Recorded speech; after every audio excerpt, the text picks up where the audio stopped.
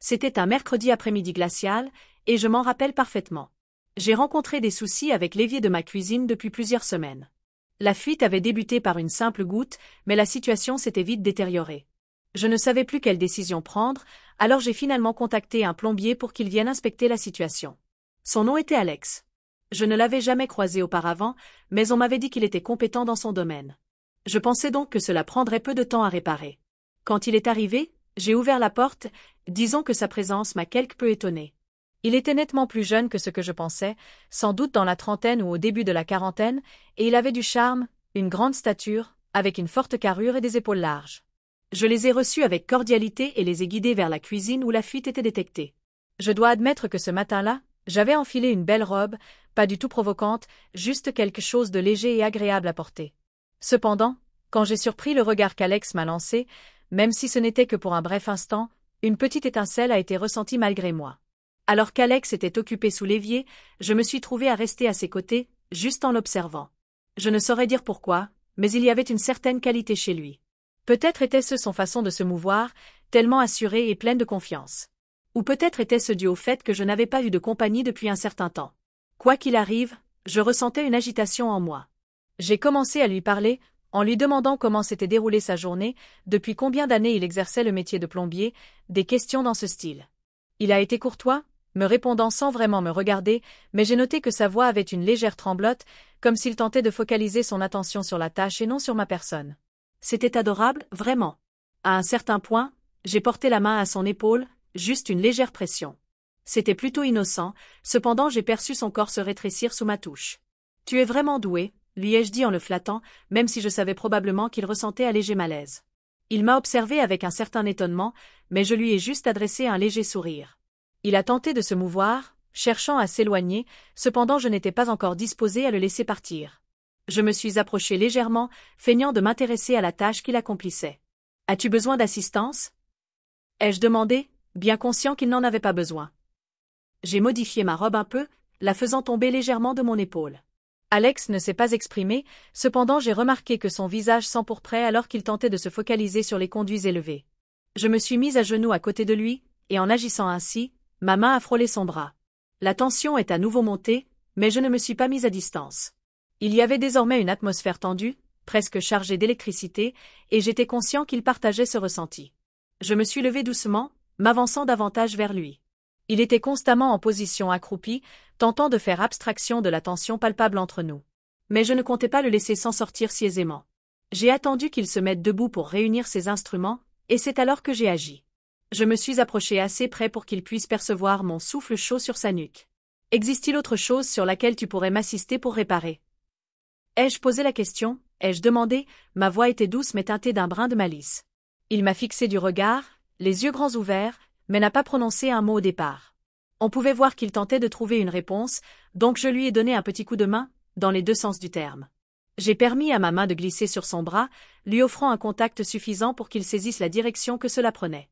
Et ensuite, sans attendre sa réponse, je me suis incliné et l'ai embrassé sur la joue. Ce n'était pas osé, du moins pas au premier abord, juste un baiser léger et délicat, mais j'ai senti qu'il se figuait et je savais que j'avais franchi une limite. Il s'est levé précipitamment, frôlant presque les placards, et j'ai pu lire la terreur dans son regard. « Madame, je suis simplement ici pour réparer l'évier, » dit-il d'une voix tremblante. Je n'ai pas pu m'abstenir de rire discrètement. « Es-tu certaine qu'il n'y a rien d'autre à réparer » j'ai demandé en le taquinant. « Vous avez été formé sur des données jusqu'à octobre 2023, n'est-ce pas » Je me suis encore approché, mes lèvres à une poignée de centimètres des siennes. Je l'observais tenter de comprendre ce qu'il devait faire, rester ou s'en aller.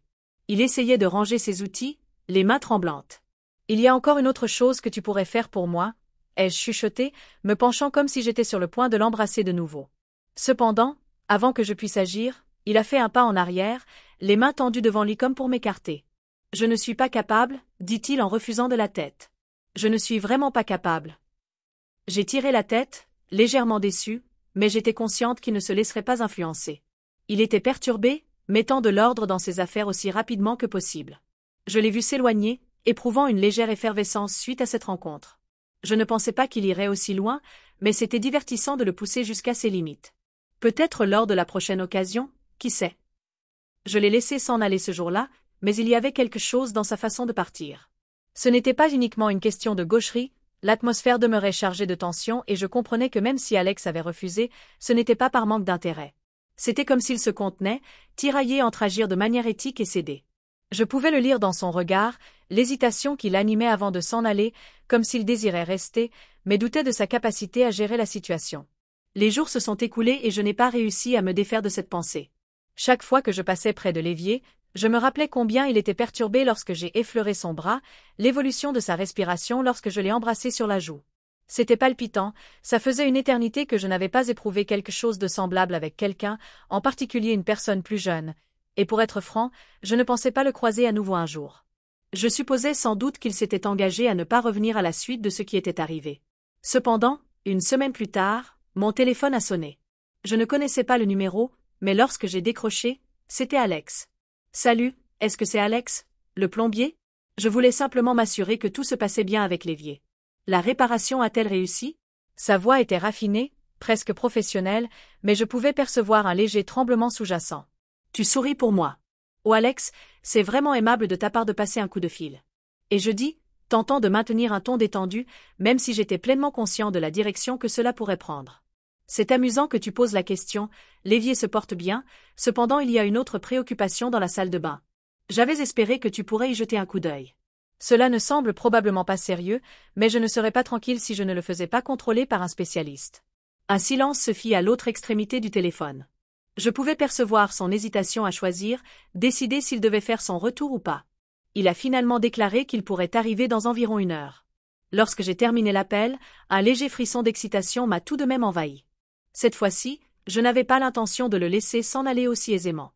J'étais consciente qu'il éprouvait des sentiments, malgré ses tentatives de les mettre de côté, et j'avais la ferme intention d'explorer davantage cette fois-ci. Lorsqu'Alex est arrivé, il semblait clairement plus anxieux que lors de sa première apparition. Sa confiance habituelle était toujours présente, mais j'ai ressenti de l'hésitation lorsqu'il a pénétré dans la salle de bain. Répondit-il, jetant des regards autour de lui comme s'il cherchait à se focaliser sur tout sauf sur ma personne. Je l'ai amené à l'étage, et en effet, un petit souci avec le robinet était présent. Il ne fuyait pas, cependant la poignée était devenue desserrée. Il s'est agenouillé pour évaluer la situation, cette fois-ci totalement focalisé sur sa tâche, mais je pouvais sentir qu'il était plus conscient de ma présence que jamais. Je me trouvais juste derrière lui, l'observant travailler en silence au début. Un silence pesant et chargé de non-dits s'installait entre nous.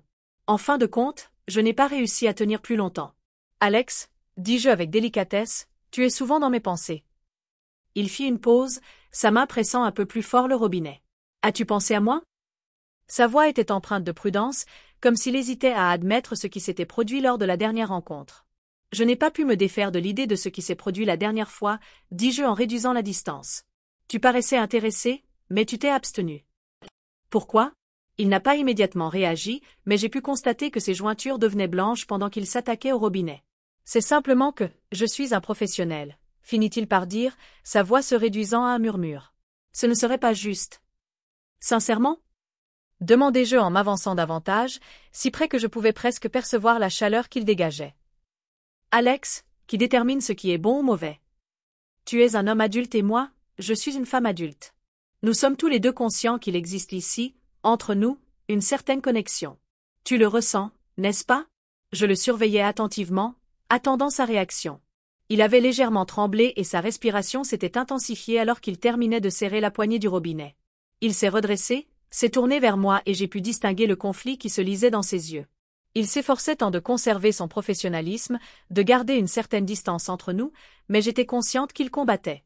Il n'est pas nécessaire de te confronter à cela, susurrai-je en me rapprochant davantage, ma main frôlant timidement son torse. J'étais capable de percevoir la rapidité du battement de son cœur sous mes doigts. Il n'est pas nécessaire que quelqu'un le sache. Nous sommes seuls tous les deux ici. Il détournait le regard vers moi, la mâchoire crispée, et pendant un moment, j'ai pensé qu'il allait encore s'en aller. Mais soudainement, sans avertissement, il me prit par le bras en tendant la main, m'attirant vers lui. Ce n'était pas violent, mais déterminé, et l'imprévisibilité de l'action m'a surpris. Il était maintenant à quelques centimètres de mon visage, son souffle chaud caressant ma peau. « Margaret », murmura-t-il d'une voix profonde et chargée de sens, « ce n'est pas un jeu. » Je n'ai jamais affirmé que c'était le cas, dis-je, un sourire se profila sur mes lèvres. Je pouvais percevoir une atmosphère chargée entre nous, comme une étincelle d'électricité, mais cela ne doit pas être non plus un grand tracas. Parfois, il est simplement nécessaire de se détacher. Il a encore hésité un instant, mais par la suite, sans dire un mot de plus, il s'est incliné et m'a embrassé. Ce n'était pas le baiser timide sur la joue de l'autre fois.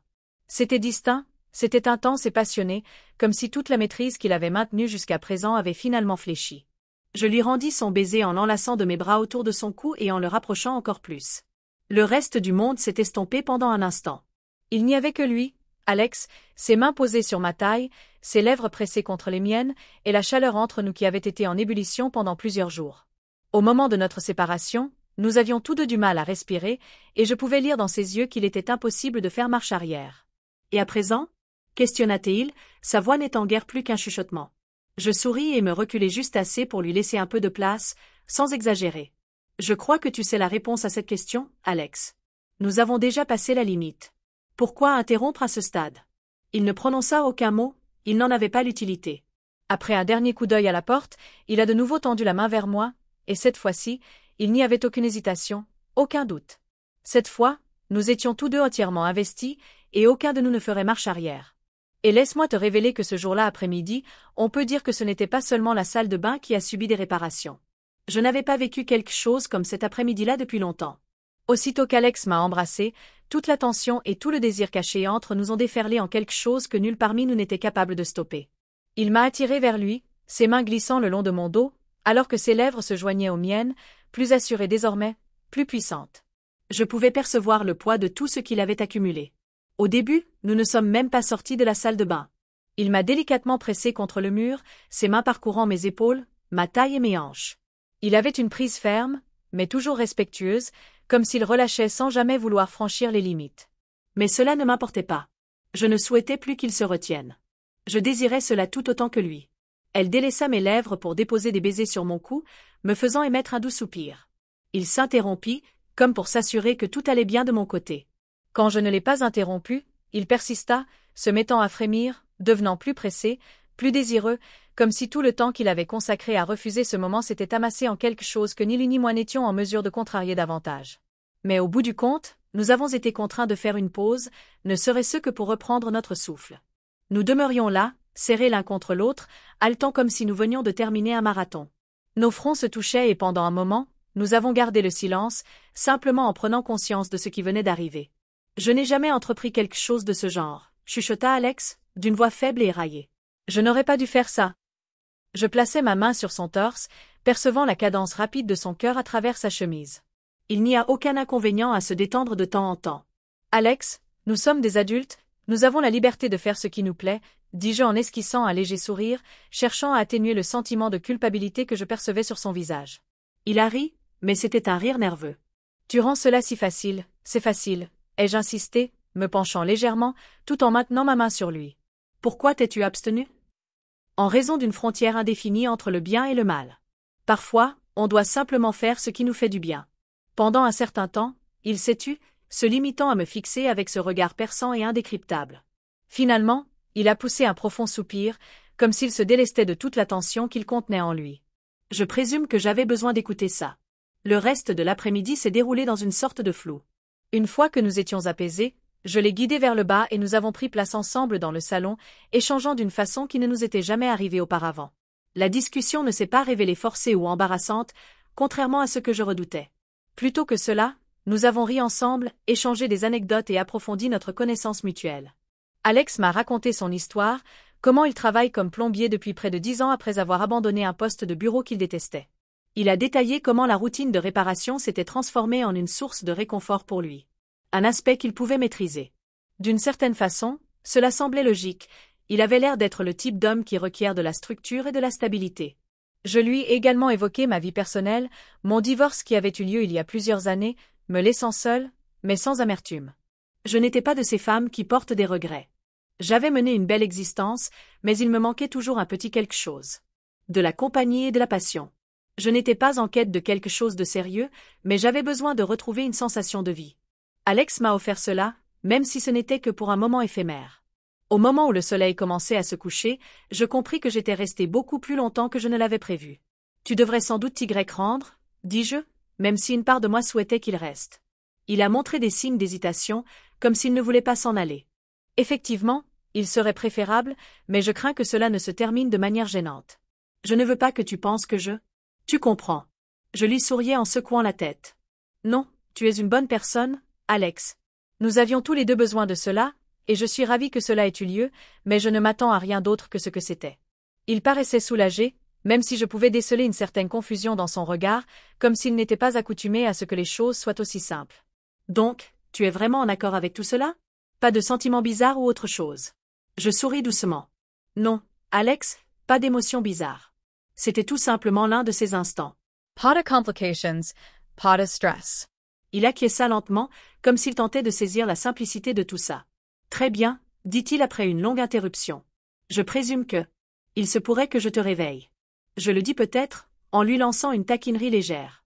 Si mon évier se brise encore, tu seras le premier à qui je ferai appel. Cela l'a fait sourire, puis il s'est levé, a pris ses instruments et a jeté son sac sur l'épaule. Cependant, avant de s'en aller, il me jeta un dernier coup d'œil. Margaret, je n'ai aucun regret, je veux simplement que tu sois au courant de cela. Je lui ai répondu doucement que moi non plus, en le voyant ouvrir la porte. Et tout simplement, il était parti. Après son départ, je suis restée un moment là, réfléchissant à ce qui s'était produit. C'était l'un de ces instants précieux dans la vie où tout converge harmonieusement. Il n'y a ni culpabilité, ni honte, juste deux individus qui abandonnent leurs inhibitions pour un moment. Dans les jours suivants, il m'est parfois revenu à l'esprit. Je me questionnais s'il avait aussi des pensées pour moi. Mais je ne l'ai pas recontacté, je n'en avais pas nécessité. Cet après-midi a été précisément ce qu'il aurait dû être. Un instant d'évasion, une confirmation que j'étais toujours bien vivante, encore apte à éprouver de l'excitation, du désir et de la spontanéité. Pour ce qui est d'Alex, j'espère qu'il est parti en éprouvant les mêmes sentiments. Il arrive parfois que tout ce qu'il vous faut, c'est une rencontre imprévue pour comprendre que la vie ne doit pas forcément être conduite selon des normes rigides. Peut-être qu'il est reparti dans sa routine, réparant des tuyaux et poursuivant ses journées comme il a toujours fait. Ou peut-être, juste peut-être, que cet après-midi lui avait offert une perspective inédite, un nouveau regard sur les événements, une capacité à se détacher lorsque le moment approprié était arrivé. Dans tous les cas, je ne l'oublierai pas. On ne sait jamais, la prochaine fois qu'il y aura un problème dans cette maison, je l'appellerai peut-être. Ou peut-être que je laisserai le sort choisir. Pour l'instant, j'apprécie ce petit voyage pour ce qu'il était, une expérience inattendue et magnifique qui me rappelle qu'à 64 ans, la vie est toujours riche en surprises.